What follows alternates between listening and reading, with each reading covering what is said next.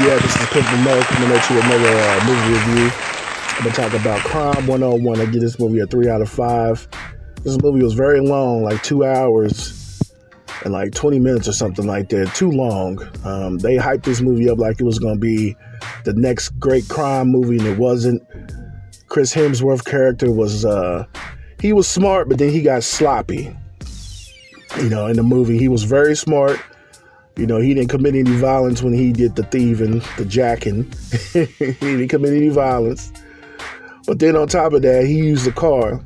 I forgot what type of car, but some type of black car. I forgot the name of it. And he hit some people trying to drive away. Then he gonna go park the car in a car garage and put a cover over it instead of taking it somewhere else. And police officer Mark Ruffalo's character, he's been looking for this dude for the longest. Ended up finding the car because they caught him on camera. They seen the car on camera and know what type of car it was, what color it was. They didn't see who it was driving it because the windows were tinted, super tinted. Then he drove around all these car lots. I mean, not car lots, these car ports, whatever you want to call them, and found this car underneath a cover. And then seen that, the car had been in an accident, had been roughed up. And then you gonna go inside the car with forensics and get a little speck of blood that Chris Hemsworth character left in the damn car like a fool. They find out who this man is. After all these robberies this dude did, he got very careless.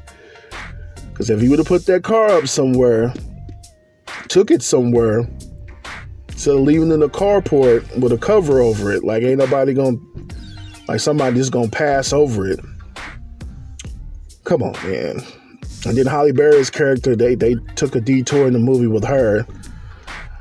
She was in some type of insurance firm, and the white supremacists in that movie, I mean, not in the movie, in the firm, were promising her she gonna be partner, whatever. It's not making her partner. She's been working there 11 years, and all of a sudden she wanted to get even with the people at her job, and Chris Hemsworth character got with her and, trying to set up this thing. And then Mark Ruffalo character, he the police officer, he getting divorced. He meet Halle Berry. Halle Berry tell him about what's going on with the guy that she met. And then Chris Hemsworth was messing with Nick Nolte. Nick Nolte old tail. And then they had I forgot that guy's name. Kehoe. Forgot his name, first name, last name Kehoe, something like that. He got involved with him. He's on a motorcycle. He committing robberies and hurting people, and he following Chris Hemsworth everywhere. Chris Hemsworth his character had to move because he saw the dude but he stayed on the motorcycle, on the motorbike the whole movie. Don't even try to hide. I'm like, what the hell? It was a decent movie. I like watching movies like that. It was decent, but the plot and the Chris Hemsworth's character, the way he was doing, he got too much stuff going on. He was a foster character. He met this female, trying to get all the secrets out of him. He being mysterious, don't want to tell this woman what's going on. And at the end of the movie, he ended up trying to fall in love with this chick. And then Mark Ruffalo's character ended up letting them go at the end of the movie because he tried to jack Halle Berry's one of the clients that she had, and he was like some millionaire and some stones and some diamonds and stuff. Chris Hemsworth's character didn't even do the diligence to find out. He did do the diligence to find and look and see who was the security guard was, but he didn't even know who the police officer was. Mark Ruffalo was. I'm like, come on, man, you got set up after all this planning and being smart and doing all the good stuff. You end up getting set up at the end of the movie by some cop that been looking for you this whole time, man.